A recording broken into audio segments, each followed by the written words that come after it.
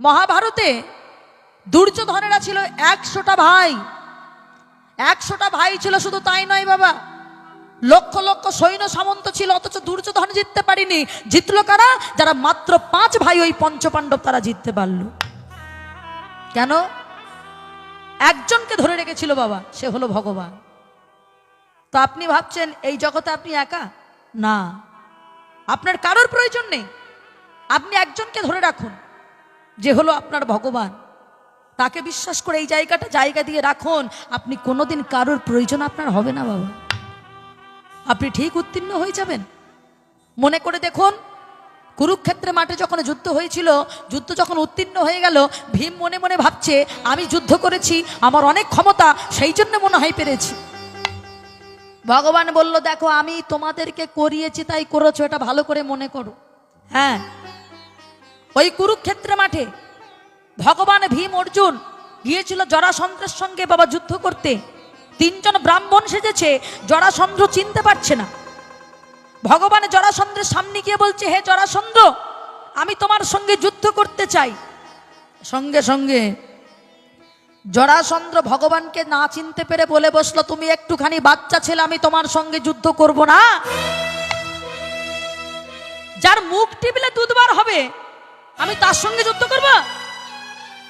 যুদ্ধটা হবে সমানে সমানে, আমি তোমার সঙ্গে যুদ্ধ করব না। ওই যে দূরে দাঁড়িয়ে আছে বিরাট চেহারা নিয়ে, ভীমের দিকে দেখাচ্ছে বাবা। আর ভীম মনে মনে ভাবছে, বেটা একবার এসে দেখ, আমার গায়ে 10,000 হাতির ক্ষমতা আছে, একবার এসে দেখো না বাবা আমার কি করতে পারি। এখন বাবা যেই না ভীমের সামনে গিয়েছে, ভীমও যুদ্ধ করছে, জরাসন্ধ যুদ্ধ করছে। কিন্তু জরাসন্ধের এতটা ক্ষমতা যে ভীম আর পারছে না, রক্তাক্ত হচ্ছে। ভগবান তাড়াতাড়ি মাটি থেকে একটা শুকনো কাঠি তুলে মাঝখান থেকে চিরে ফেলে দিয়েছে। মাঝখান থেকে চিরে দিয়েছে। সঙ্গে সঙ্গে ভীম ভাবছে আমাকে মনে এরকম একটা কিছু করতে হবে। তাড়াতাড়ি জরাসন্ধের পাটা ধরে আর মাঝখান থেকে 2 ভাগ করে দিয়েছে। দিয়ে বলছে, ঠাকুর পিছন দিকে তাকিয়ে দেখো, আমার কত ক্ষমতা দেখো। আমি জরাসন্ধকে মাঝখান থেকে 2 ভাগ করে দিয়েছি, একবার ভালো করে তাকিয়ে দেখো। ভগবান বলছে, আমি দেখবো কেন? তোমার দেখা তুমি দেখো। তুমি মেরেছো, তুমি দেখো, আমার দেখার দরকার নেই। কেমন মেরেছো একটু ভালো করে পিছনে তুমি বরং একবার ঘুরে দেখো। এখন যেই বাবা পিছন ঘুরে তাকিয়েছে, দেখছে যেমন মাঝখান থেকে ভাগ করে দিয়েছিল, তেমন আবার জোড়া লেগে গেছে। এটা কি করে হলো? তার মানে তুমি ভুল ভাল শিক্ষা দাও। বলে, আমি ভুল শেখাই না, ভুল যদি তুমি শেখো আমি কি করব? বলে, বললাম না কলির জীবের এদের আয়ু ভীষণ কম হবে যেমন, আর ধৈর্য তেমন কম হবে। হ্যাঁ শোনো, ধৈর্যের ফল হলো মিঠা। তুমি আমার মাঝখান থেকে কাঠিটা শুধু চিরে দিতেই দেখেছো, বাদ বাকিটা আর দেখোনি। তুমি ওইটুকু ধৈর্য আর ধরতে পারোনি।